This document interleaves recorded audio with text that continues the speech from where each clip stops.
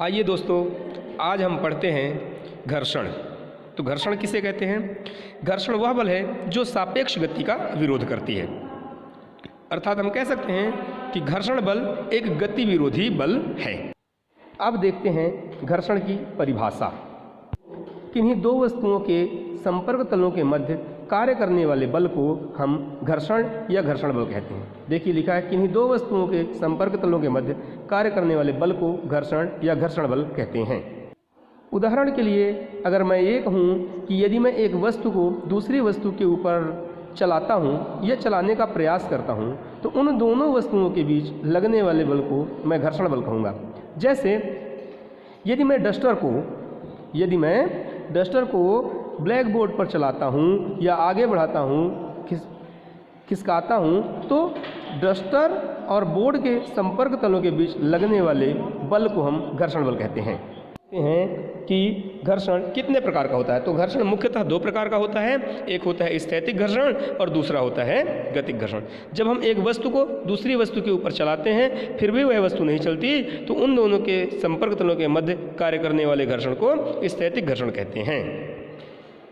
और जब एक वस्तु को दूसरी वस्तु के ऊपर चलाया जाता है और ठीक दोनों वस्तुएं चलने को तैयार होती हैं तो उन दोनों चलने वाली वस्तुओं के संपर्क तलों के बीच जो बल कार्य करता है उस बल को हम गतिक घर्षण कहते हैं।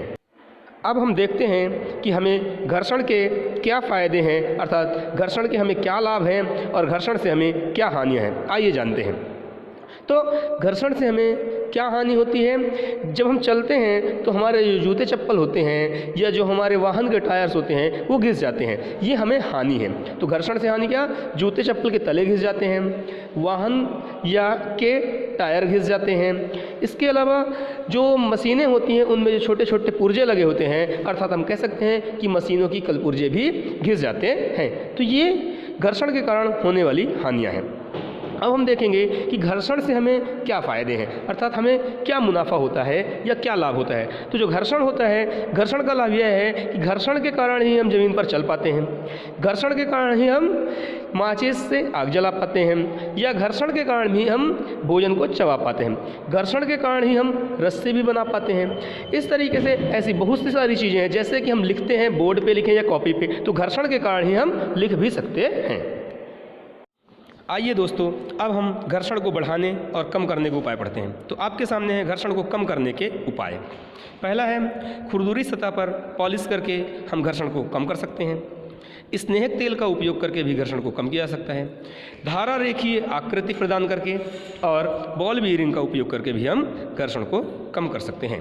तो ये घर्षण को कम करने के उपाय हैं। आगे हम पढ़ने वाले हैं कि घर्षण को हम किस प्रकार से बढ़ा सकते हैं। घर्षण को बढ़ाने के क्या उपाय हैं? चिकनी सतह या चिकनी जो सतह है उसको यदि हम खुरदुरा बना दें तो घर्षण बढ़ जाएगा। चिकनी मिट्टी है जहाँ पर फिसलता है व्यक्ति, फिसलन होती है, उसमें यदि हम रेत डाल दें तब भी घर्षण को बढ़ाया जा सकता है। इन दोनों उपायों के अलावा भी कुछ चप्पल हम लोग पहनते हैं, उनके जो तले होते हैं चल चल करके घिस जाता है, तो जूते चप्पल के तले पर हम यदि खाँचे बना दें तो इससे भी हम घर्षण को बढ़ा सकते हैं। जो टायर होते हैं, चाहे मोटर गाड़ी का हो चाहे बड़े वाले वाहनों का हो, उन सभी में यदि टायरों में हम खाँचे बना दें तो इससे घर्षण को बढ़ाया जा सकता है।